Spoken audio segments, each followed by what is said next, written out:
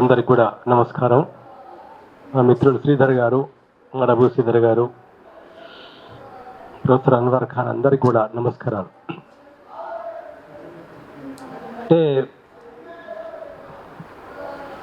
ఇదేదో కొత్తగా స్టార్ట్ అయింది కాదు, లేకపోతే ఈ మధ్యనే స్టార్ట్ అయినటువంటి ఒక విషయం కూడా కాదు. ఇప్పుడు మేము 2022 లెక్కలు తీసినాం ఆల్ ఇండియా లెవెల్లో.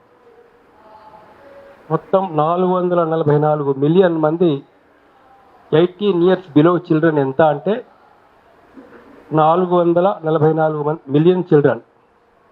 అందులో గవర్నమెంట్ స్కూల్లో చదివే వాళ్ళు 131 మిలియన్స్, ప్రైవేట్ స్కూల్స్లో చదువుతున్నటువంటి వాళ్ళు 119 మిలియన్. 78 మంది పిల్లలు అంగన్వాడీ కేంద్రాల్లో లెక్క తీసినాం. ఇవన్నీ లెక్కలు తీయంగా టోటల్ నుంచి తీసేస్తే 112 మిలియన్ చిల్డ్రన్ ఎక్కడున్నారో, చదువుతున్నారా చదువుతలేరా అనే ఏ లెక్క కూడా లేదు. అంటే 11 కోట్ల మంది పిల్లలు ఒక రకంగా చెప్పాలంటే ఎక్కడ ఉన్నారు, అసలు చదువుతలేరు భారతదేశంలో. మన 18 సంవత్సరాల కంటే కింద ఉన్నవారు. మరి అందులో ఈ యొక్క బాల కార్మికులు ఎంత, అది ఒక 4 కోట్లు 3 కోట్ల రకరకాల లెక్కలు ఉన్నాయి. అక్కడ క్లియర్ పిక్చర్ కూడా ఎక్కడ దొరకడం లేదన్నట్టు. ఇప్పుడు 2014 నుంచి 2024 వరకు మొత్తం లెక్కలు తీసి చూస్తే దేశం మొత్తంలో 93,000 స్కూల్స్ మూతపడ్డాయి. 93,000 స్కూల్స్ అంటే ఒక మన తెలంగాణలో కాదు, ప్రతి చోట కూడా మూతపడుతున్నాయి. ముఖ్యంగా యూపీ, బీహార్ ఆ రాష్ట్రాల్లో ఇంకా లెక్కలు చాలా ఎక్కువ ఉన్నాయి. ఎక్కువ స్కూల్స్ మూతపడుతున్నాయి, గవర్నమెంట్ స్కూల్స్ అన్నీ కూడా. మరి ఇదంతా ఎందుకు జరుగుతున్నది, దీని పరిస్థితి ఏంటిది అంటే మా శ్రీధర్ గారు చెప్పారు. ఆయన వచ్చి ప్రైమ్ మినిస్టర్ లెవెల్లో వచ్చి ప్రైవేట్ హాస్పిటల్ ఓపెన్ చేశాడని చెప్పి. ఆయన ప్రైవేట్ హాస్పిటల్స్ ఓపెన్ చేస్తే ఈయన ప్రైవేట్ స్కూల్స్ ఓపెన్ చేస్తున్నాడు. ఆయన ప్రైవేట్ హాస్పిటల్స్ ఓపెన్ చేస్తే ఈయన వెళ్ళి ప్రైవేట్ స్కూల్స్ ఓపెన్ చేస్తున్నాడు. మరి ఇక అట్లా జరుగుతున్న పరిస్థితి. అంటే ఇవాళ మొన్న హైదరాబాద్లోని ఒక రోడ్డుకు డొనాల్డ్ ట్రంప్ రోడ్డు పెట్టారు, పేరు పెట్టారు, ట్రంప్ రోడ్డు పెట్టారు. ఇవాళ ప్రపంచమంతా నరహంతకుడు అని ఒక రంగం చెప్పుకుంటున్నారు. మరి ఇరాన్ మీద బాంబులేసి వాళ్ళ యొక్క అధ్యక్షుడిని చంపారు. ఇవాళ అనేక చోట్లల్లా ఒక దేశం మీద దాడి చేసి దేశం యొక్క అధ్యక్షుడిని, అతని భార్యను, మొత్తం కుటుంబాన్ని ఆయన ఎత్తులో భార్య ఎత్తుకొని పోయినటువంటి ఒక రకంగా కిడ్నాపింగ్ చేసినటువంటి పరిస్థితుల్లో మరి వాళ్ళ అతని పేరు పెడుతున్నారు అని అంటే ఇదంతా ఎందుకు జరుగుతున్నది ఎట్లా అంటే దానికి మెయిన్ కారణం ఇవాళ ఏంటంటే ప్రాఫిట్, డబ్బు. ఏ పని చేస్తే మనకు ప్రాఫిట్ అనేది వస్తుంది.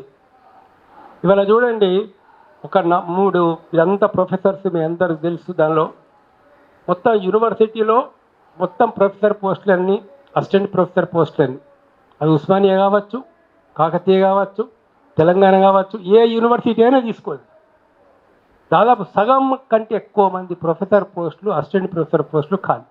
ఇంకా సగానికంటే ఎక్కువే, 70%. మరి తెలియదా అక్కడ పోస్టులు ఖాళీ ఉన్నాయని? ఫిలప్ చేయాలని తెలియదా? టాలెంట్ ఉన్న వాళ్ళు లేరా? పిహెచ్డి చేసిన వాళ్ళు లేరా? అంటే ఎందుకు ఫిలప్ చేయడం లేదు? వాళ్ళ గవర్నమెంట్ స్కూల్స్లో సరే మొన్న కొంత ఫిలప్ చేసినారు, కానీ ఒక 10 సంవత్సరాలు కూడా చూసుకుంటే క్రమంగా టీచర్స్ ఒక అపాయింట్మెంట్ అనేటటువంటిది కూడా చాలా వరకు తక్కువ చేస్తారు. ఎందుకు ఇలా జరుగుతున్నది అంటే నేను చెప్పేది ఏంటంటే ఫైనల్గా పెద్ద పుల్ని, మేకను ఒక దగ్గర కట్టేస్తే దానిలో నువ్వు మేకను ఎప్పటికీ రక్షించలేవు. నీకు పెద్ద పులి కావాలన్నా, మేక కావాలన్నా, నువ్వు ఎవరిని రక్షించడానికి ఉన్నావు అనేది నువ్వు ఫైనల్గా డిసైడ్ చేసుకోవాలి. గవర్నమెంట్ పాలసీ ఏంటిది? గవర్నమెంట్ పాలసీ మాది మేము పెద్ద పుల్లను అండ్ సింహాలను పెంచుడే మా పాలసీ, మేకలను వినుడే మా యొక్క పాలసీలో భాగం అని అంటే ఇక అందరు నోరు మూసుకుంటారు. కానీ నువ్వేమని చెప్తున్నావు? మేకల్ని ప్రొటెక్షన్ చేయడం నా బాధ్యత, మేకల్ని గొర్రెల్ని అని రక్షించడం నా బాధ్యత అని చెప్తూ నువ్వు పోషించేది మట్టుకు పెద్ద పుల్లని పోషిస్తున్నావు ఇక్కడ. ఇప్పుడు ఒక ప్రైవేట్ స్కూల్ ఉంటుంది, ఒక గవర్నమెంట్ స్కూల్ ఉంది, అక్కడే నువ్వు ప్రైవేట్ స్కూల్ ఓపెన్కి పర్మిషన్ ఇస్తున్నావు. అని ఎమ్మెల్యే ఉంటున్నాడు, మినిస్టర్ ఉంటున్నాడు, వాళ్ళందరికీ ఇంట్రెస్ట్ ఉంటున్నది అక్కడ, మీ నాయకులే అందులో షేర్స్ ఉన్నాయి.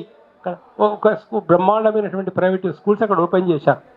ఏం జరిగే పరిస్థితి? గవర్నమెంట్ స్కూల్లో ఒక మ్యాథ్స్ టీచర్ లేడు, పోస్టింగ్ ఇవ్వాలా ఇవ్వద్దా? మరి ఎమ్మెల్యే అంటే అవసరం లేదు, ఉండండి తర్వాత చూసుకుందాం. ఎందుకు ప్రైవేట్ గవర్నమెంట్ స్కూల్స్కు వెళ్ళే పిల్లల సంఖ్య ఎందుకు తగ్గిపోతున్నది? దాని మీద శాస్త్రీయమైనటువంటి ఒక అధ్యయనం చేసి ఎవరు కారణం తగ్గిపోవడానికి? ఎందుకు అక్కడ ఒక మ్యాథ్స్ టీచర్ పోతే, సైన్స్ టీచర్ పోతే ఆ పోస్టులు ఫిలప్ చేస్తలేరు? చాలా స్కూల్స్లో సార్ వాస్తవంగా చెప్తున్నా, ఇది టాయిలెట్ రూమ్స్ క్లీన్ చేయడానికి అమౌంట్ శాంక్షన్ 2 సంవత్సరాల దాకా కాదు, 3 సంవత్సరాల దాకా కూడా అమౌంట్ శాంక్షన్ కాదు. ఎంత ఉంటుందండి అమౌంట్ అక్కడ? ఇవాళ ప్రీ ప్రైమరీ స్కూల్లో ఏది క్లాసులు పెట్టాలని మన కమిషన్, ఎడ్యుకేషన్ కమిషన్ వాళ్ళు రికమెండ్ చేశారు. కొన్ని స్కూల్స్లో ఓపెన్ చేశారు. అక్కడ ఆయాకు వీళ్ళు ఇప్పుడు అక్కడ ఉండేటువంటి టీచర్కు శాలరీ ఎంతంటే 8,000. రోజు కూలీ చేసుకున్నా కూడా ఇవాళ కనీసం 15,000, 20,000 తక్కువ రాదు. రోజు కూలీ చేసుకున్నా కూడా 20,000 వస్తాయి. 8,000కి ఎవరు పనిచేయడానికి వస్తారు? అంటే ఇదంతా ఏమి జరుగుతున్నది అని అంటే ఇక్కడ పరిస్థితి క్రమంగా దానిలో గవర్నమెంట్ ఎడ్యుకేషన్ను ఎన్ని మాటలు చెప్పినా కూడా బ్యాక్ స్టాపింగ్ చేసుకుంటూ దానిలో ఓన్లీ ప్రైవేట్ స్కూల్స్, కార్పొరేట్ కాలేజీలు అండ్ భవిష్యత్తులో కార్పొరేట్ యూనివర్సిటీల వైపు పోతుంది. ఎందుకు? అక్కడ బెనిఫిట్ ఎక్కువ, లాభాలు ఎక్కువ, పైసలు ఎక్కువ దొరుకుతాయి అక్కడ. ఇప్పుడు మీరు గవర్నమెంట్ స్కూల్ పెట్టుకుంటే దానిలో వచ్చేది ఏముంటుంది? అదే ఒక ప్రైవేట్ స్కూల్ పెడితే వాళ్ళ బ్యాగులు ఎక్కడే కొనాలన్నట, షూస్ అక్కడే కొనాలన్నట, సాక్స్లు ఎక్కడే కొనాలట, నోట్ బుక్స్లు ఎక్కడే కొనాలా, మరి ఫీజు ఎంత, టూర్లకి ఇంత ఇవ్వాలా, లైబ్రరీకి ఎంత ఇవ్వాలా, ఏమి జరుగుతున్నది? ఇప్పుడు దాని మీద కంట్రోల్ ఉన్నదా? ఎన్నో కమిటీలు ఉన్నాయి, అది ఉన్నాయి, ఇది ఉన్నాయి. ఇక్కడ దాని మీద ఏం కంట్రోల్ ఉంది ఇక్కడ స్కూల్స్లలో? మాకు తెలిసి కొన్ని ప్రైవేట్ స్కూల్లో సార్ 6వ తరగతి 7వ తరగతి పిల్లలకు కూడా సంవత్సరానికి 5 లక్షలు 6 లక్షలు తీసుకుంటారు. 6 లక్షల రూపాయలు కొన్ని ప్రైవేట్ స్కూల్స్లో ఉన్న పరిస్థితులు.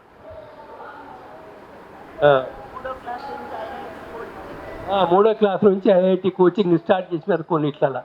సో ఏంటంటే ఈ మాయాజాలం ఏదైతే జరుగుతున్నదో, ఈ మాయాజాలం లోపల లాభాలు అక్కడ కనబడుతున్నాయి కాబట్టి, డబ్బులు అక్కడ కనబడుతున్నాయి కాబట్టి, అసలు యాక్చువల్గా చెప్పాలంటే చాలా ప్రైవేట్ స్కూల్లో సార్ 10th క్లాస్తో చెప్పిస్తున్నారు పాఠం.